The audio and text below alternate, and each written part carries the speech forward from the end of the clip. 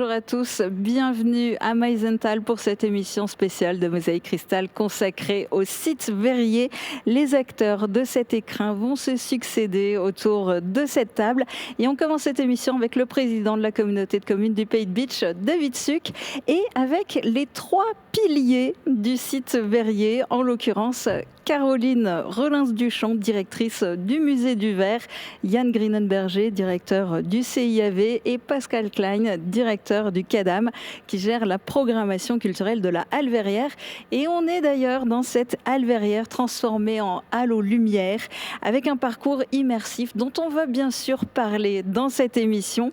C'est une nouveauté, et une nouveauté qui vole un peu la vedette à la célèbre boule de Noël de Meisenthal. Le modèle 2024 s'appelle Cactus. David Suc, vous en pensez quoi de cette boule ? Écoutez, cette boule, comme les 34 qui l'ont précédée, est exceptionnelle au travers de l'histoire qu'elle raconte, au travers du choix qui a été poursuivi par le designer. Et puis je crois en filigrane, elle nous interroge profondément sur la marque de l'humanité, sur la marque de la façon de consommer. Et donc évidemment, cette expression, elle est juste magnifique. Et vous, Caroline Relins-Duchamp, qu'est-ce qu'elle vous inspire, cette boule ?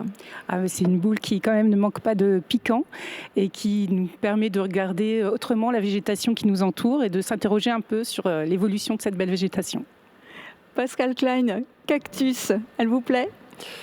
Elle me plaît beaucoup. Ce qui me plaît énormément, c'est surtout à chaque fois cette démarche nécessaire pour réaliser cet objet. Et je suis, surpris tous les ans. Parce que il y a une vraie histoire, il y a une vraie démarche artistique. Et je crois que c'est surtout ça, qui fait la différence avec un objet classique. Yann Grinenberger, les jeux de mots sur les boules, je crois qu'on les a déjà tous faits à Meisenthal cette année, ça pique ? Ça pique, ouais. Alors ça pique, mais ceci dit, il y a eu un vrai travail de recherche mené autour du cactus. Effectivement, David, tu l'as dit tout à l'heure, Mark Brown, le designer, qui a fait beaucoup de faits d'armes ici à Meisenthal depuis une dizaine d'années, il part du principe que les boules se transmettent de génération en génération tout autant que les histoires qu'elles colportent. Et il a souhaité parler de l'époque dans laquelle on vit, toute cette incertitude par rapport au dérèglement climatique. Et c'est vrai qu'il aborde ça avec humour, avec dérision, qui est peut-être parfois une arme un peu plus redoutable que la vindicte ou le rapport de force. Et il éveille nos consciences en posant cette question sur l'avenir. Est-ce qu'on fêtera un jour Noël au balcon, en short, en faisant la dinde au barbecue et en remplaçant le traditionnel sapin par un cactus et ses décorations par le fruit du cactus. Donc voilà une question qui pose de manière candide, avec évidemment dans l'arrière-salle cette idée de nous interroger sur l'époque difficile que l'on vit à ce sujet-là. Et Cactus, c'est l'œuvre donc d'un designer allemand, mais que vous connaissiez déjà depuis pas mal d'années, puisqu'il était venu notamment pour des workshops ici. Alors, est-ce que ça faisait longtemps que vous pensiez à lui pour lui confier la création d'un modèle de boule de Noël de Meisenthal ? On a dans nos radars un certain nombre de designers, soit établis, avec lesquels on a déjà eu l'occasion de travailler, soit des jeunes designers en devenir, des jeunes pousses que l'on accueille dans le cadre de workshops avec des étudiants en école d'art. Et lorsque ces jeunes pousses grandissent, nous, il y en a certains qu'on garde dans nos têtes, dont on suit le travail. Et effectivement, Mark Brown était dans cette fameuse liste des potentiels designers un jour éligibles à ce challenge, parce que ça a l'air de rien, un petit objet qui tient dans une main, mais qui concentre un incroyable ingénierie technique, de création, de problématiques techniques. Et effectivement, il a su relever le challenge et on est content aussi de travailler avec un designer allemand, quoi. Oui, parce que c'est pas le tout de la dessiner, c'est qu'il faut que ça soit après quelque chose de réalisable ici. Il y a toute une partie de tests techniques, des impressions 3D, des moules prototypes, etc. Donc c'est toujours cette question qu'on pose, c'est-à-dire que c'est bien d'avoir un designer, compositeur qui vient qui vient écrire une nouvelle partition, mais c'est important de respecter le solfège et les musiciens qui vont après l'interpréter, cette partition. Donc voilà, c'est un travail collectif qu'on mène pendant presque 9 mois, une grossesse, pour aboutir à la boule de Noël. Et c'est une recette qui marche, qui rencontre à chaque fois un franc succès, au point que la boule de Meisenthal est chaque année victime de son succès. Impossible d'en produire suffisamment pour répondre à la demande, ou alors il faudrait passer à une production industrielle. David Suc, ça c'est pas à l'ordre du jour. Vous savez, on a une démarche qui est industrielle sur le plan évidemment de l'organisation, puisqu'on a besoin évidemment d'être une organisation millimétrée pour être à la hauteur de cet artisanat d'art, de cet artisanat qui fonde évidemment l'ambition du Pays de Bitche. Mais pour compléter les propos de Yann, je crois que c'est important aussi, quand on parle du Centre international d'art verrier, on parle d'international. Le Pays de Bitche, évidemment, avec l'histoire particulière de la Moselle et de ce territoire, c'est aussi ce que nous avons en commun avec l'Allemagne. Et donc pour nous, il est important d'avoir ce regard croisé, ce regard ouvert sur le monde, et de pouvoir travailler avec des designers qui ont un regard croisé, qui ont une vision des fois qui est enrichi d'une culture qui peut de temps en temps être plus éloignée de ce qu'on a comme principe, de ce qu'on a comme valeur. Et je crois que là, le parti pris a été d'ouvrir, d'encourager un certain nombre de designers, dont Mark Brown, qui est connu et reconnu. Alors, on n'en fabrique pas assez, on en fabrique tous les ans un peu plus, parce qu'évidemment, les équipes sont des équipes qui sont en rendez-vous, qui se mobilisent. Je crois qu'il faut marqué avec beaucoup de reconnaissance l'engagement de cette équipe humaine qui produit un service public, parce que c'est ça en définitive, ce service public qui est celui de la démonstration de la transmission du savoir, qui est celui d'un objet tout à fait particulier, qui ici sur le site Verrier aurait pu complètement s'arrêter. En 69, le site a fermé.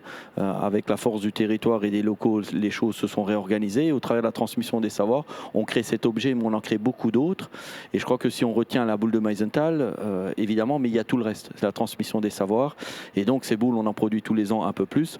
Mais on ne veut surtout pas, rétrograder l'image et la volonté de Meisenthal à une production de boules. Alors, naturellement, on a des réflexions pour améliorer les choses, pour organiser les choses, de manière peut-être à aborder l'avenir avec une approche au terme d'une forme de production qui puisse être plus organisée encore, toujours de manière artisanale, mais naturellement on va continuer de s'améliorer sans être dans une course. Et puis côté amélioration, les gens avaient pris l'habitude d'avoir à faire la queue, parfois pendant plusieurs heures avant de pouvoir accéder à la boutique. Cette année, vous avez mis en place une file d'attente virtuelle. C'est une révolution ça, Meisenthal ? Oui, juste quelques éléments avant que Yann puisse évidemment compléter, puisque c'est un travail important qu'il a conduit. L'engagement qui est le nôtre, c'est d'accueillir dans de bonnes conditions au Pays de Bitche. C'est l'humain avant tout, et lorsqu'on vient au Pays de Bitche, on a vocation évidemment de profiter du temps, de profiter du site, de profiter du territoire. Et donc pour nous, l'ambition, c'était de ne pas voir les fils qui, évidemment, en période de Noël, sont soit sous la pluie, soit sous la neige, soit sous le soleil. Mais il y a un peu de chance pour qu'en période hivernale, on ne soit pas forcément à l'abri. Donc c'était le premier principe. Et le deuxième, c'était de leur permettre de pouvoir vaquer à d'autres occupations, de pouvoir, évidemment, contempler un certain nombre d'œuvres, que ce soit sur le jardin, que ce soit le musée, que ce soit les ateliers de production, que ce soit la restauration dans la halle, puisque un bistrot a été ouvert. Et donc on voulait surtout permettre aux gens de profiter et de ne pas avoir le sentiment de devoir attendre dans une file physique que ça puisse avancer. Donc voilà, je crois que ce pari, on l'a relevé avec des propositions et une organisation ici au niveau du site Verrier et du CIAV tout à fait exceptionnelle. Je voudrais d'ailleurs remercier les équipes pour cet engagement. Yann, tout est dit, ça change tout ? Ça change tout en effet, ça ne change pas le fait qu'on ait à attendre forcément, mais le temps d'attente est positivé par des propositions culturelles au niveau du bar, etc. Et donc effectivement la qualité d'accueil, c'est quelque chose de très important. Dès le mois de décembre l'année dernière, constatant que ces files s'allongeaient de plus en plus avec le conseil communautaire et par le biais de David, on a tout de suite déposé des dossiers de demande de financement pour créer ce pavillon qui permet effectivement d'accueillir à l'abri le public, un pavillon made in Beacherland puisqu'il a été conçu par des entreprises locales, et puis ce système de fil virtuel qui permet vraiment véritablement d'améliorer la qualité d'accueil des publics.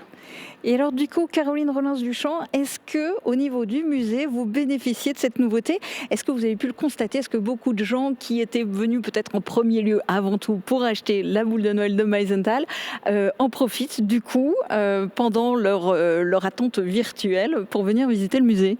Oui, on peut constater vraiment que la proposition a du succès puisque c'est plus de 5000 visiteurs qui ont déjà visité l'ensemble du parcours de visite depuis la réouverture le 14 novembre. Donc voilà, c'est des chiffres qui nous font vraiment plaisir. Pour ça, on s'est vraiment organisé pour accueillir au mieux les visiteurs avec déjà une ouverture plus tôt à midi. Donc dès qu'ils ont leur billet, ils peuvent choisir d'aller vaquer à différentes occupations et dont le parcours de visite, découvrir l'ensemble des richesses du musée et bien sûr aussi la démonstration. Et pour ce faire, on a aussi essayé de se former au niveau des équipes d'accueil pour développer des impromptus avec des mini-visites qui sont proposées de manière spontanée aux visiteurs pour enrichir un peu leur temps de visite et échanger avec les médiateurs qui sont là vraiment pour accueillir et renvoyer vers le territoire. Et de la visite flash qui leur permet après de rejoindre la boutique quand c'est leur tour. Voilà, c'est ça. Il faut gérer aussi ces temps-là, mais ça se passe plutôt bien sur le parcours de visite. Alors, je le disais en démarrant cette émission, vous êtes tous les trois les piliers du site avec vos trois structures. Est-ce qu'elles sont complémentaires ? Je pense que oui, on peut vraiment le dire et on le voit en particulier cette saison. Il y en a, voilà, les visiteurs apprécient de passer d'un site à l'autre, de découvrir la Halle aux Lumières, les expositions, bien sûr, les démonstrations et la boutique. Je pense qu'on est vraiment sur une offre qui est très complémentaire et d'ailleurs l'exposition qui est actuellement à la Halle Verrières fait vraiment un écho à l'exposition temporaire qui est au musée. Donc on voit bien qu'on est sur des propositions qui se répondent, qu'on essaye de rendre le plus complémentaire et la plus enrichissante pour le public. Ce qui est particulier à Meisenthal, c'est tous ces registres sur le champ hétérogène de la culture. On parle de patrimoine, de mémoire, de paroles d'anciens au musée, on parle de design, de métiers d'art, de savoir-faire au Centre d'Art Verrier. Pour la partie Halle Verrières, les arts vivants, les arts visuels. Et ça permet, sur un site en plus patrimonial, de pouvoir continuer à scander ce qui fait la particularité de Meisenthal depuis toujours, c'est comment croiser les patrimoines, qu'ils soient matériels ou immatériels, avec le regard de créateurs contemporains. Et c'est ce qui fait véritablement, autant dans ta programmation que dans la programmation du musée, du Centre d'Art Verrier, ce qui fait sens. Oui, donc je rebondis là-dessus, mais parce que c'est vrai que cette exposition là, de la Fondation Schneider, elle n'a pas été choisie par hasard. Donc on a cette exposition La Carpe qui est magnifique, et donc pour nous il était important cette année effectivement de ne pas faire des choses complètement différentes et être complètement hors sujet par rapport au parcours de visite. Et assez naturellement on s'est dirigé vers la Fondation Schneider, donc c'est tout simplement l'ancien directeur des eaux Wattwiller qui est propriétaire de cette fondation et qui a créé quelque chose autour de l'eau, quoi. Donc là, on est tout à fait en raccord avec ce qui est proposé au musée. Et c'est vrai que quand c'est possible, je veux dire, on ne va pas se forcer à un moment donné à collaborer ensemble, mais quand il y a une pertinence, quand il y a des opportunités, on les saisit et souvent, ça se transforme dans des beaux projets cohérents, quoi. Et en ce moment, ça se transforme avec un Noël à Meisenthal. Côté musée du Verre, ça se décline aussi avec la fin de l'exposition Muette la Carpe. Elle a été pleine de surprises, cette expo. Oui, une exposition vraiment très particulière pour nous. D'abord parce qu'elle met vraiment en valeur une œuvre majeure du musée, le vase à la carpe, créé par Émile Gallet en 1878 et qui a rayonné vraiment à l'exposition universelle. Mais aussi parce que c'est une exposition qui nous permet d'aborder plein de thèmes différents, de faire dialoguer du contemporain, mais aussi des œuvres patrimoniales qu'on n'a pas l'habitude de présenter dans ce musée du Verre, comme des céramiques, des livres, des choses très différentes, mais surtout vraiment d'explorer plein de thèmes et une manière vraiment de parler aussi de ce territoire du Pays de Bitche, de ses étangs, de l'histoire de ces étangs, comme on n'avait pas eu l'occasion pour l'instant de le présenter. Donc voilà. Et puis surtout, cette très belle surprise, il y a quelques temps, de la proposition de réunir un deuxième exemplaire du vase à la carpe. Il n'en existe que 6, dont 3 au Japon, et ils sont tous différents. Et là, on a la chance de pouvoir détailler 2 œuvres exceptionnelles avec leurs différences et en dialogue avec plein d'autres œuvres présentées, dont un manga de Kusai qui est la source d'inspiration de ce vase à la carpe. Mais alors en revanche, vite, il ne reste plus que quelques jours pour la visiter. C'est jusqu'à quand ? Jusqu'au 30 décembre. Donc bienvenue pour revenir découvrir et les médiateurs seront là aussi pour vous accompagner. Il y a un espace qui est prévu aussi pour les enfants dans cette exposition. Donc c'est un joli temps en famille pour découvrir cette exposition. Puisque ça, c'est donc l'exposition temporaire du moment au musée du Verre, en plus de la collection permanente. Est-ce qu'on a déjà le droit de dévoiler la prochaine exposition temporaire? Après Muette la Carpe, on découvrira quoi? Alors, on découvrira Studio Glace, un souffle de liberté, donc qui est la présentation de la collection d'œuvres contemporaines constituée par l'association du musée avant que la collection ne soit cédée à la communauté de communes. Et donc, c'est un ensemble d'œuvres assez remarquables qui vraiment explore toutes les capacités plastiques du verre avec des colorations, des formes, travail à chaud, à froid. Donc, vraiment beaucoup de découvertes et un ensemble d'artistes assez remarquables dans ces collections qui sont pour l'instant peu connues et donc qui sera à découvrir à partir d'avril l'année prochaine. Bon, en attendant, on va rester sur Muette la Carpe. Vous avez parlé du mot manga. C'est vrai qu'il y a des choses qui font penser, quand on regarde en détail le vase à la carpe, ça fait ce petit rappel. Et pour moi, je trouve que ça fait écho aussi à ce qu'on a ici, à la Halle aux Lumières, avec cette animation qui est projetée sur les murs, sur les décors, sur le sol.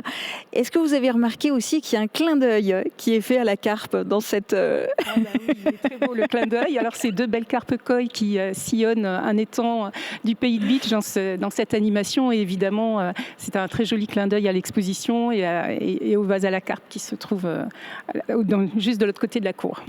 Et de manière générale, qu'est-ce que vous en pensez, vous, de cette nouveauté, la Halle aux Lumières ? C'est vraiment une découverte assez incroyable de revoir cette halle quand même que je connais depuis un certain temps, de la découvrir avec ces images, avec cet univers qui se met en place. Voilà, c'est surtout un très bel hommage aussi à ce pays verrier et au savoir-faire du territoire et voilà, et une porte ouverte vers l'imaginaire que peut porter ce territoire.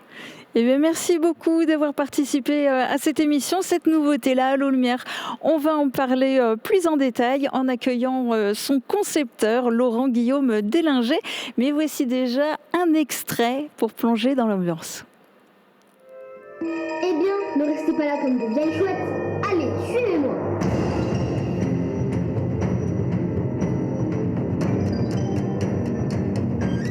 Il était une fois, dans une vallée des Vosges du Nord, un petit garçon haut de quelques pieds et 2-3 pommes.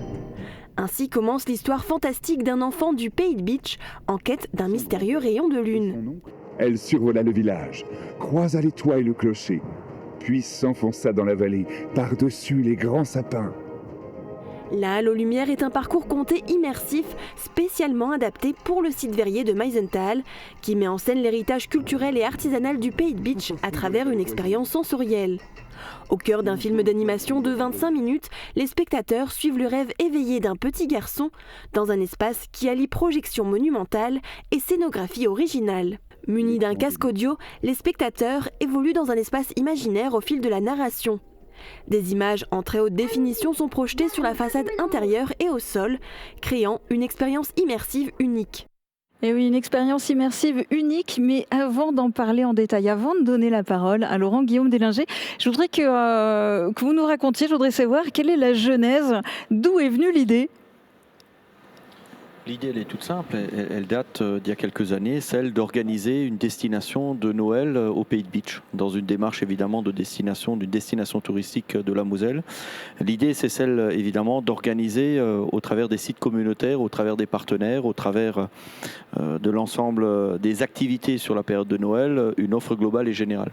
Et donc naturellement, sur le site verrier, on a souhaité étoffer, évidemment avec ces 40 à 50 000 visiteurs que nous accueillons, une offre qui puisse se destiner aussi à des jeunes publics, notamment à des publics plutôt familiales. Et donc évidemment, après une réflexion, une analyse des équipes, et puis on a évidemment la connaissance et la reconnaissance de Laurent Délinger sur ces questions-là, défini qu'on avait besoin aujourd'hui de faire une proposition tout à fait inédite et exceptionnelle dans la halle, où à la fois on a une proposition complémentaire, où on est à l'abri évidemment des intempéries, et puis on peut exploiter à proximité du bistrot de la halle, quelque chose qui puisse être très intéressant pour ces publics-là. Donc voilà comment on a construit, comment on a réfléchi, puis ensuite place aux spécialistes. Et du coup, c'était un nouveau challenge, parce que Pascal Klein, finalement, on a l'habitude de vous demander la Lune. C'est le nom du festival, le grand temps fort chaque année à la fin du mois de mai. L'an dernier, vous aviez lancé un peu le pendant hivernal avec l'univers, et puis cette année, vous êtes parti donc dans cette toute autre direction. Ça sacré challenge. Oui, sa nouvelle direction, on aime bien nous explorer de nouveaux projets artistiques. Et donc c'est effectivement suite à une concertation avec la communauté de communes qu'on s'est dit qu'il serait peut-être intéressant d'explorer et d'aller un peu plus loin dans ce domaine-là. Je trouve que la bonne nouvelle, c'est que c'est vrai, comme le disait le président, c'est qu'on est vraiment sur un lieu qui se prête magnifiquement bien à plein de choses. Donc les contraintes un peu du lieu, c'était de pouvoir continuer la programmation habituelle, parce qu'on y reviendra peut-être un peu plus tard, les concerts, les spectacles de cirque, mais tout en ayant une proposition complémentaire et une manière aussi un peu plus régulière et qui s'adresse encore à notre public qu'on touche déjà, quoi. Et donc ce que je disais, c'est la bonne nouvelle, c'est que ce lieu se prête merveilleusement bien à ce type d'expérience. Et voilà, parce qu'on a la hauteur, on a le volume, on a des belles surfaces de murs, on a un sol qui est magnifique. Et donc c'est plutôt quelque chose d'assez intéressant à explorer davantage encore, quoi. Et cette mission, elle vous a été confiée, Laurent-Guillaume Deslinger. Est-ce que vous avez eu complètement carte blanche ? Alors oui, c'est assez fou d'ailleurs, et je crois que vraiment parce que quand on parle d'innovation, c'est toujours d'abord une histoire de confiance. C'est-à-dire que innover, se jeter dans le vide, il faut la confiance de ses commanditaires. En l'occurrence ici, la communauté de communes du Pays de Bitche et la Halle Verrière de Meisenthal, ils sont allés vraiment en me faisant confiance, et je ne vous cache pas que c'est le plus beau cadeau qu'on puisse faire à un artiste quand il s'agit de produire quelque chose. Maintenant, au-delà de cela, c'était un vrai défi technique. Moi, c'est la première fois que je travaille sur un projet immersif de cet ordre-là, donc le pari qu'on a tous fait tous ensemble était grand, et on a chacun porté une partie de la responsabilité entre autres on va dire, ce cadeau de Noël à destination des publics ici, et vraiment pour moi, j'étais notamment ultra honoré de pouvoir en bénéficier, parce que quelque part, en effet, en enfant du pays, c'était surprenant pour moi d'être rappelé, entre autres, à travailler sur une partie de ma vie que je connais en plus plutôt bien, qui était mon enfance aussi. Et c'était un beau cadeau, entre autres, que la communauté de communes du Pays de Bitche puisse aussi faire pour quelqu'un qui vient d'ici. Mais pour en arriver à ce magnifique résultat, racontez-nous un petit peu quelles ont été les différentes étapes, quel a été le processus. Alors le processus a d'abord été d'écrire, parce qu'il fallait écrire cette histoire. Il fallait écrire une histoire qui puisse non seulement parler à tout le monde, donc de 7, même en dessous de 7, de 4 à 80, 100 ans, et en même temps de toucher et de faire vibrer toutes les cordes sensibles du territoire. C'était aussi autant que celles qu'on touche presque ici, dans ce lieu totalement incroyable qu'est la Halle, mais aussi de faire vibrer les cordes émotionnelles qui sont les Vosges du Nord, qui sont l'attachement qu'on a tous à ce territoire-là, et pour lequel ici même on se bat tous les jours pour exister, pour entre autres le montrer. C'était le principe aussi, et c'était vraiment le cœur du projet ici, de raconter l'histoire de ces verriers-là qui, par leur créativité, en tout cas par leur attachement entre autres à leur imaginaire, réussissent à faire parler d'un territoire à travers le monde. Et quelque part, c'était une sorte de mise en abîme de ça. Donc je suis assez content et plutôt fier d'avoir pu raconter cette histoire-là. Et de cette façon-là, et dans cet endroit-là, c'est quelque part le cadeau, c'est peut-être d'abord pour moi. C'est peut-être moins un cadeau pour Yann Grinenberger. Est-ce que vous n'êtes pas jaloux ? Est-ce que la Halle aux Lumières fait de l'ombre à la boule de Noël de Meisenthal ? Aucune ombre, aucune jalousie. Au contraire, plus il y aura de propositions telles que celle-là, plus on sera heureux d'accueillir encore plus de monde et dans une qualité d'accueil optimisée. Mais oui, effectivement, cette architecture, cette toile de fond, ce cinéma géant, quoi de plus beau pour pouvoir exprimer de nouvelles choses. Ce qui est important aussi, c'est la chance d'être les pionniers. C'est-à-dire qu'à un moment donné, on explore un nouveau médium, des nouvelles technologies. Partir les premiers à la machette dans la jungle, c'est toujours très excitant. D'autant plus que si on arrive à arriver au bout, comme vous l'avez fait ici, ça laisse des perspectives immenses pour les scénarios des années futures. Et et pour tous les registres d'expression qu'on va pouvoir mettre en œuvre, que vous pouvez mettre en œuvre avec ce merveilleux outil. Voilà, Alors Yann, vous en parlez si bien, je vous mets au défi. Imaginez, vous êtes sur scène, devant la foule, vous avez un micro, sauf que c'est pas pour dévoiler la nouvelle boule de Noël de Meisenthal, c'est pour lancer la halle aux lumières. Vous dites quoi au public ? Je vous ai compris. Non, mais je dis évidemment bienvenue au Beacherland, merci de venir goûter à ce pays, d'y revenir, restez-y, implantez-vous-y, faites des enfants, venez habiter au Pays de Beach, parce qu'effectivement, la chance qu'on a ici, j'ai rien dévoilé de spécial, mais il y a une qualité de vie, il y a une proposition culturelle, il y a la chaleur des hommes, il y a ses convictions. On voit Laurent, David, Pascal, chacun dans son registre, il y a une conviction, et c'est vrai que ces convictions, elles permettent de faire des choses incroyables, comme cette halle aux lumières, comme cette boule de Noël dont on ne donnait pas cher il y a 25 ans. Une boule de Noël, quoi de plus inutile ? Finalement, on se rend compte que c'est peut-être pas aussi inutile que ça. Donc voilà. Je dirais ça au public. Et c'est joliment dit. Des lumières peuvent en cacher d'autres. À l'intérieur, il y a la halle aux lumières. À l'extérieur, il y a Stimulus, créé par François Delamarre, qu'on va accueillir dans un instant. Laurent-Guillaume Deslinger, à vous de vous prêter au jeu. Si vous deviez présenter Stimulus, vous en diriez quoi ? Déjà pendant près de 2 semaines, Stimulus a accompagné notre résidence ici de travail. Donc en fait, on a vécu avec ce son qui venait de l'extérieur et qui nappe merveilleusement le site, c'est-à-dire qui apporte une petite pointe de merveilleux toute la journée.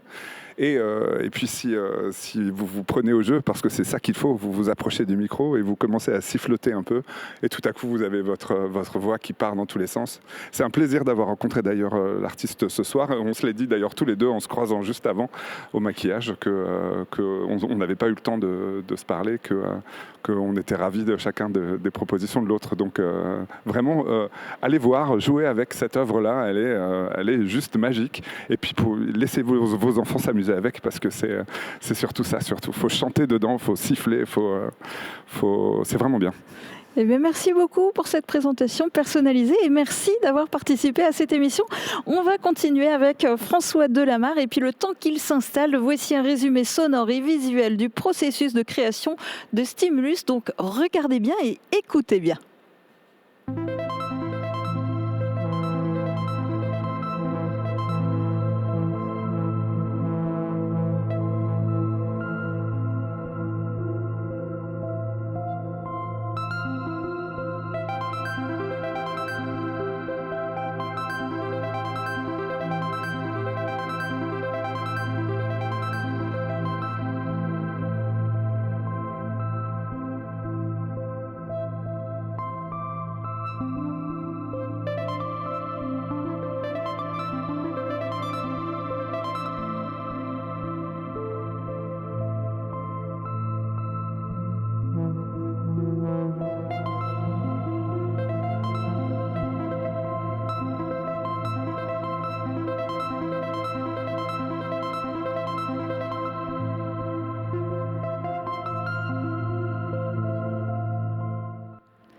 Alors François Delamarre, c'est quoi Stimulus ? Qu'est-ce que vous avez voulu nous dire à travers cette œuvre ?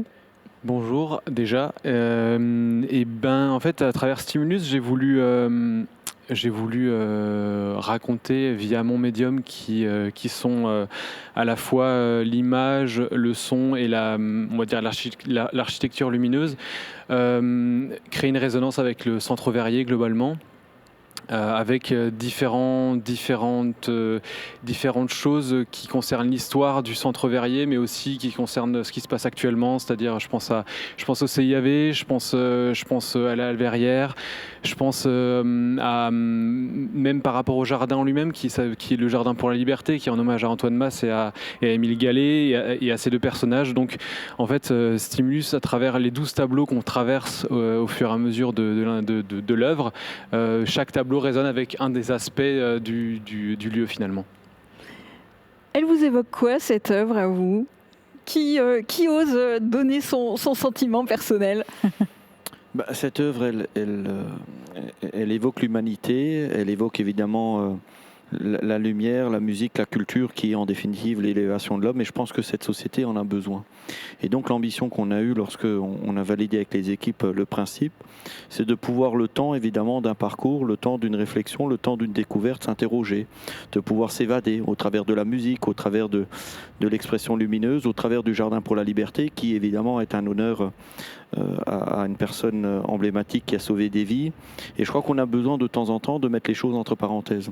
Au-delà d'un aspect économique, au-delà d'un aspect vénal, je crois qu'aujourd'hui le rôle du site verrier, le rôle du Simserhof, le rôle du Moulin des Schullers, c'est de raconter cette histoire qui doit nous permettre à un moment donné de définir notre route, de définir la stratégie qui est celle d'un territoire qui doit prendre son avenir en main, tout en respectant ce qui nous a fondés et ce qui nous donne notre force. Et donc on est dans cette démarche-là, et puis je crois que le rôle de la collectivité aujourd'hui, c'est de prendre des risques, c'est d'innover, et c'est de permettre à de jeunes artistes, de permettre à de jeunes concitoyennes et concitoyens de pouvoir découvrir en milieu rural ce qu'il n'a pas l'habitude de découvrir, de s'interroger. Je crois que c'est le rôle de la collectivité, d'embrasser ces sujets qui ne sont pas par définition la mission du privé ou des entreprises privées, mais je crois qu'on a vraiment besoin aujourd'hui dans cette société de pouvoir innover et d'accompagner. Pascal Klein, la musique, c'est votre dada. Vous organisez des concerts tout au long de l'année. On va en parler plus en détail tout à l'heure. Mais du coup, quelque part, je suppose que ça fait sens que les spectateurs qui viennent à vos concerts soient accueillis déjà dès l'extérieur, dès leur arrivée sur le site, avec une œuvre visuelle et sonore. On parlait de cohérence, on parlait de passerelle, on parlait, je veux dire là une fois de plus, c'est une preuve bien réelle. Donc on est tout à fait en cohérence avec l'installation de François. Donc par rapport à la Halle aux Lumières, par rapport à la programmation ici, c'est quelque chose qui fait sens, qui a toute sa place effectivement dans la cour.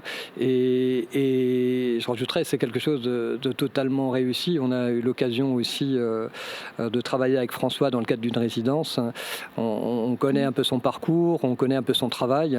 Et là, une fois de plus, il nous a complètement épaté par cette nouvelle installation, quoi. Donc, on est ravis et c'est vrai que c'est quelque chose qui marche très très bien auprès des publics. C'est une installation, donc on peut se l'approprier, donc on peut chanter, on peut faire bouger les choses. Et je dirais, on est acteur et pas seulement spectateur. Donc, ce qui est vraiment super dans ce type d'installation. Et je crois que c'est un pari complètement réussi, quoi. Donc un grand bravo à lui et voilà. Je veux dire qu'il continue dans cette lancée-là parce que c'est vraiment chouette, quoi. Et à l'arrivée, c'est une œuvre sonore et visuelle avec à l'origine du process un travail du verre. Yann, on y revient toujours finalement au verre. Ouais, on revient aux sources. En fait, tout ça commence il y a 1 an et demi. Je reçois un petit coup de fil de François Delamarre que je ne connaissais pas. Il a osé, il a appelé. Osé. Voilà, bonjour, je me présente, je suis artiste, etc. J'ai créé une machine qui s'alimente d'objets en verre pour créer du son et des effets lumineux. Je dis, écoute, viens nous voir, ça nous intéresse, parce que nous l'ambition dans le Centre d'Art Verrier, c'est d'innover par des regards différents et des registres de création différents. Pour pas s'assoupir, ronronner, mourir, il faut se mettre la tête sur le bio tous les matins. Et quand quelqu'un me dit, moi j'ai inventé une machine qui fait chanter le verre, je dis ça m'intéresse. Et donc tu es venu avec ta machine Modema, on l'a installée dans une cave à côté du studio, et tu as commencé à nous montrer avec tes chopes de bière que tu as acheté chez Emmaüs, qu'est-ce que ça crée comme son et lumière. Et c'est là qu'on t'a dit, et qu'on s'est dit rapidement, maintenant, il faut que tu crées des objets à Meisenthal comme si tu créais des partitions. C'est-à-dire que tu vas imaginer la forme, la couleur, les effets sur un objet, non pas pour la fonction et pour sa beauté, mais pour ce qu'il pourrait créer comme son. Et l'histoire est partie de là. Mais on va remonter même encore plus loin dans la jeunesse de ce projet. Déjà à l'origine, qu'est-ce qui vous a amené à vous dire je veux faire du son avec du verre ? Le verre, ça m'a toujours vraiment fasciné. énormément parce que c'est un matériau qui est assez unique et puis qui est à la fois partout, tout le temps. C'est-à-dire que on boit tous les jours dans des verres en verre. C'est un matériau qui est là depuis très longtemps. En même temps, c'est quelque chose de très dur et à la fois ça casse très facilement. Enfin, il y a plein de choses qui font que c'est fascinant. Mais ce qui m'a surtout, ce qui a été la révélation pour moi, c'est le moment où j'ai fait passer de la lumière à travers, en fait, tout simplement, et où j'ai vu les reflets. Enfin, ça paraît un peu bateau de dire ça, mais avec certains types de lumière, le verre se révèle vraiment de façon assez extraordinaire. Et quand j'ai découvert ce passage de lumière à travers un verre et ce que ça permettait d'obtenir, ça m'a assez bouleversé, ça m'a transporté. Je me suis dit que j'avais vraiment envie de m'approprier cette façon de faire comme étant un moyen d'expression à part entière. Et étant donné que je viens de la musique à la base, c'est ce mouvement de ces formes, de ces formes qui défilent, parce que du coup, comme le disait Yann, j'ai créé une machine que j'ai nommée Modema pour mots de matière, qui permet de transformer en fait les variations lumineuses d'un verre en mouvement en son. Et du coup, avant ça, quand cette machine, quand cet instrument n'existait pas encore, j'avais envie d'entendre ça. J'avais envie d'entendre en fait le verre résonner, mais pas comme quand on le fait résonner en se mouillant le doigt et en passant le verre sur le bord, ni en le tapant, mais faire résonner plutôt son relief en fait, son relief qui est en fonction de si c'est du verre taillé, ça fera tel ou tel son. Et si c'est du verre soufflé, tel ou tel son, de la couleur. Enfin, il y a tout un territoire énorme à explorer avec ce type d'expression en fait. Et donc a priori sans doute encore d'autres expériences à mener au CIAV. Je l'espère. L'appel du pied. Fort risque. Non, mais ce qui est extraordinaire, c'est que effectivement, quand j'ai contacté Yann, je me suis dit allez, je tente parce que c'est toujours un lieu qui m'a fasciné. Je viens de la musique à la base, comme je le disais. Je faisais de la basse dans un groupe. J'ai joué à la Halverrière en 2015, je crois, en première partie de Moriarty. Et de à ce moment-là, je voyais l'âme du lieu qui était déjà là. Puis après, je me suis renseigné. Je me suis dit, mais ce lieu est magique par son hybridation, par les personnes qui le portent, etc. Et donc, quand Yann m'a répondu, pour moi, c'était assez fou. Et justement, et qui me permettent de faire tout ça, c'est vraiment magique, quoi. Donc, clairement, j'espère continuer à faire des choses. Et donc Stimulus à découvrir en urgence jusqu'à la fin du mois à l'entrée dans le jardin du site Verrier. Merci beaucoup d'être venu nous en parler sur Mosaïque Cristal. On va vous laisser repartir sur les sons de votre œuvre avec un clip qui a été réalisé par Emilia Zil.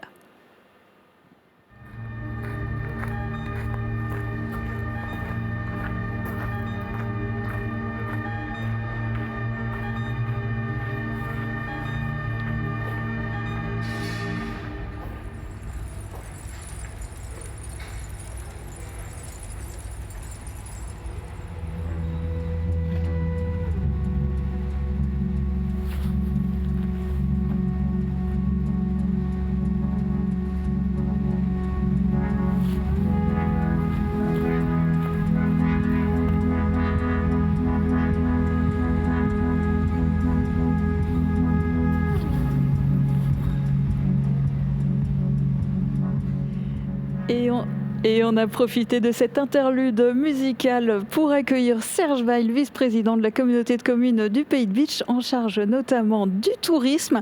Alors, depuis le début de cette émission, on a parlé du musée du verre, du CIAV, de la Halle aux Lumières, de Stimulus. Je vais vous commencer par vous poser une question piège. C'est quoi votre coup de cœur sur le site Verrier de Meisenthal ? Alors, mon coup de cœur, c'est l'ensemble du site, mais je vais quand même vous confier que l'exposition Muette la Carpe m'a particulièrement plu cette année, d'autant plus que c'est un sujet qui est vraiment territorial, puisque ça couvre un petit peu la passion de l'ensemble des personnes sur le Pays de Bitche, la pêche, les étangs. Et donc la proximité qui avait été faite au départ pour cette exposition m'a marqué, et c'est probablement ce qui m'a cette année le plus attiré là, sur le site, malgré tout le reste qui est évidemment extraordinaire. au point aussi d'avoir décidé de faire un catalogue de cette exposition, ce qui n'est pas systématique pour toutes les expos temporaires. Pas du tout. Et donc ça permet aussi de conserver l'historique et de l'exposition en elle-même, mais aussi des gens qui ont travaillé autour de cette exposition et qui ont participé à la faire connaître. David Suc, le site verrier de Meisenthal, pour vous, est-ce qu'il a une place particulière dans le Pays de Bitche ?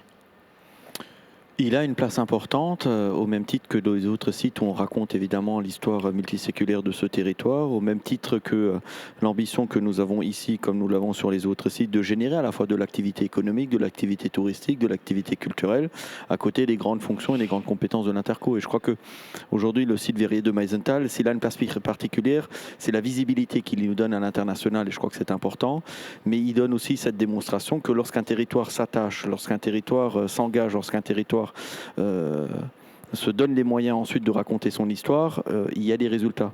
Celui d'une fierté territoriale, celui d'une destination touristique et culturelle, et puis celui ensuite d'attirer par exemple la ministre de la Culture qui, au travers de son engagement, nous a permis d'accueillir un satellite de l'École nationale supérieure des arts décoratifs au Moulin des Schullers pour là-bas raconter une histoire particulière du Pays de Bitche aussi, autour de la forêt, autour des déclinaisons qu'on souhaite mettre en œuvre dans le cadre de la filière bois. Et donc je crois qu'aujourd'hui, on a la démonstration qu'une puissance publique peut clairement être un acteur économique incontournable et puis surtout un acteur qui permet à ce territoire et à ses populations d'être fiers du territoire auquel ils appartiennent. Yann et Pascal, est-ce que vous avez une idée, parce que ce soit pour visiter le CIAV, que ce soit pour assister à des concerts, il y a des gens qui viennent d'un peu partout, il y a parfois des gens qui viennent de loin. Est-ce que vous savez un peu d'où viennent ceux qui viennent de loin ? Oui. En fait, effectivement, il y a un gros trafic de public, notamment à l'époque de Noël, puisque c'est ce dont on parle, qui est régional, transrégional, frontière allemande, puisqu'il y a un vrai rituel de venir chercher la boule de Noël, de venir participer au concert, etc. Mais c'est vrai que les premiers jours d'ouverture, c'était assez édifiant. Je me rappelle du number one qui était devant le pavillon à 5h40 du matin, qui m'a dit qu'il s'est levé à minuit à Maubeuge pour être le premier. Bon, je suis descendu, je lui ai offert un café, on a discuté.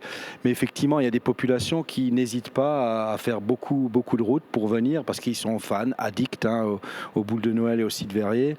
On va dire que la grosse majeure partie des publics de Noël, c'est quand même la région, l'Allemagne. Mais on a très souvent, régulièrement, on voit les plaques d'immatriculation sur le parking, des grandes surprises, quoi.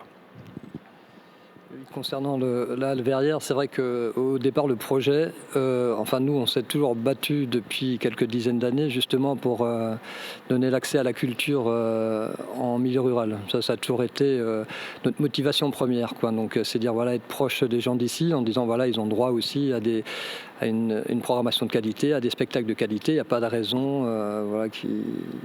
qu'on soit obligé d'aller faire 150 km pour avoir des spectacles sympathiques ou de qualité. Et donc, tout a démarré avec ça.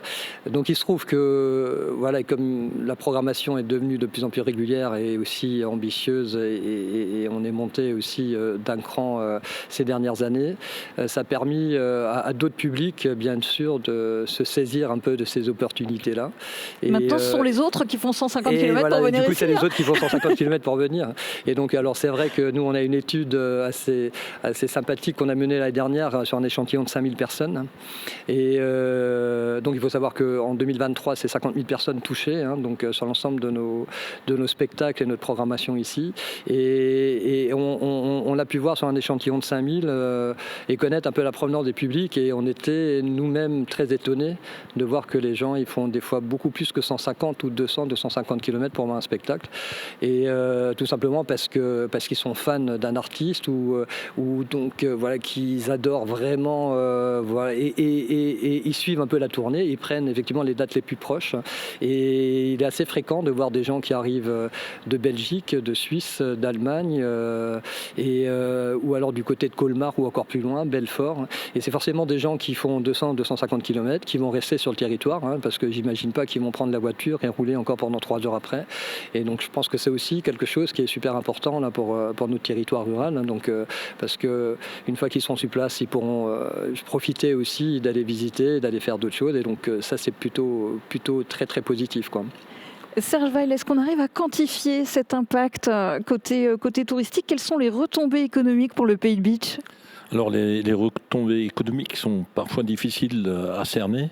On avait fait une étude il y a quelques années qui disait que sur la partie tourisme, avec à la fois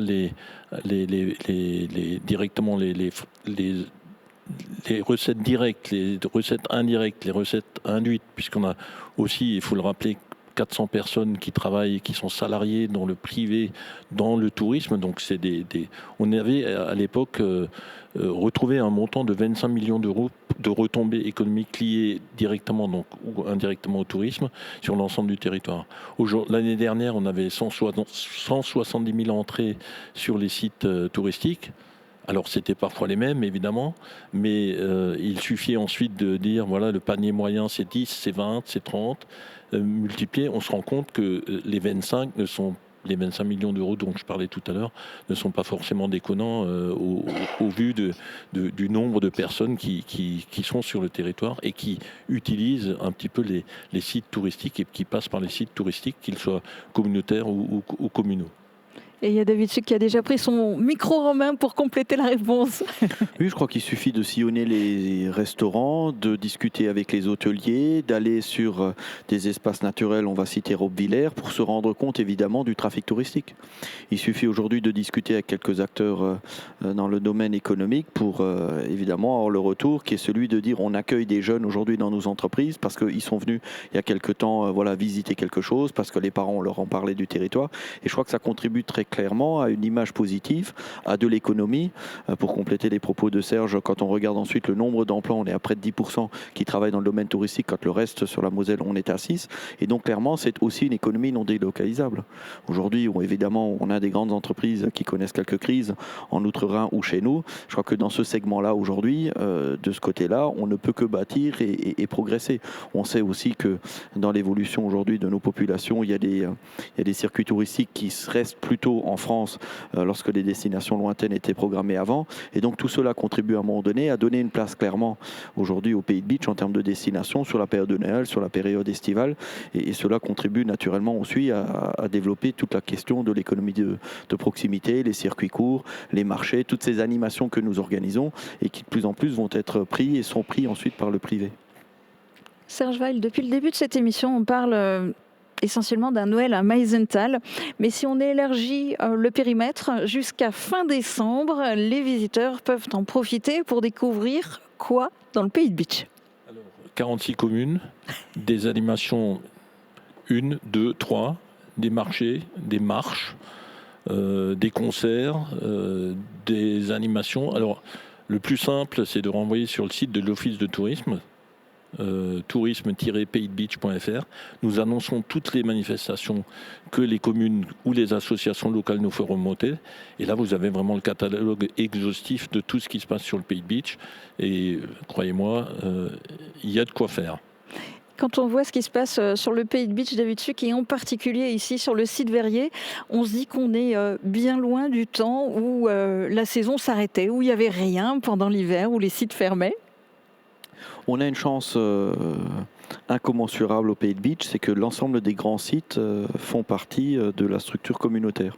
Et donc la puissance publique, avec l'engagement des élus, l'engagement des partenaires, peut à un moment donné fixer une orientation, fixer des investissements, fixer de l'animation que nous organisons sur chacun des sites. L'ambition aujourd'hui, c'est d'accueillir des gens sur les différents sites à différentes périodes de l'année au travers de programmations tout à fait exceptionnelles, des programmations liées à quelques événements, des programmations liées à des moments gastronomiques ou festifs. Et je crois qu'aujourd'hui, la vraie chance que nous avons sur ce territoire, on peut aller plus vite qu'ailleurs. Parce que nous avons à côté de nous les hôteliers restaurateurs, nous avons nos propres sites, puis la communauté de communes en termes d'attractivité, en termes de manifestation. Aujourd'hui, au travers de la compétence sculpture, la compétence sportive, au travers évidemment de tout ce que nous faisons au travers des piscines. Enfin, on a un certain nombre de manifestations qui permet à ce territoire d'avoir une épaisseur, d'avoir une programmation, et puis surtout de se différencier par rapport aux territoires autour, qui sont très souvent complémentaires mais qui naturellement ensuite n'ont pas le décorum, n'ont pas la qualité naturelle, n'ont pas les équipements que nous avons au Pays de Beach. Et puis bien sûr cette fameuse Halo Lumière dont on parle depuis le début de l'émission, elle est à découvrir jusqu'au 29 décembre tous les jours sauf le lundi. C'est de 16h30 à 19h30. Attention, c'est fermé les 24 et 25 décembre. Et pour être sûr de pouvoir y accéder, en plus à votre créneau horaire, moi je vous conseille de réserver sur halle-verrières.fr, tarif unique 6,90 €. C'est gratuit pour les moins de 5 ans. Yann Greenenberger, on peut aussi bien évidemment encore visiter le CIAV et on peut acheter cactus, mais jusqu'à quand ? Sauf incident majeur, jusqu'au 30 décembre, bien évidemment, puisque on continue à produire la boule, nos vaillants verriers, donc nos 12 permanents augmentés de quelques stagiaires, brevets des métiers d'art, plus 5 saisonniers, travaillent 7 jours sur 7. Et donc voilà, à la fin, ce sera peut-être comme à la boulangerie, voilà, on aura le lendemain matin la production de la veille, mais il y en aura jusqu'au bout. Voilà. Et puis, vous pouvez retrouver toutes les informations pratiques sur le site internet site-verrier-meisenthal.fr. Merci à tous d'avoir participé à cette émission. Très bonne journée. À bientôt.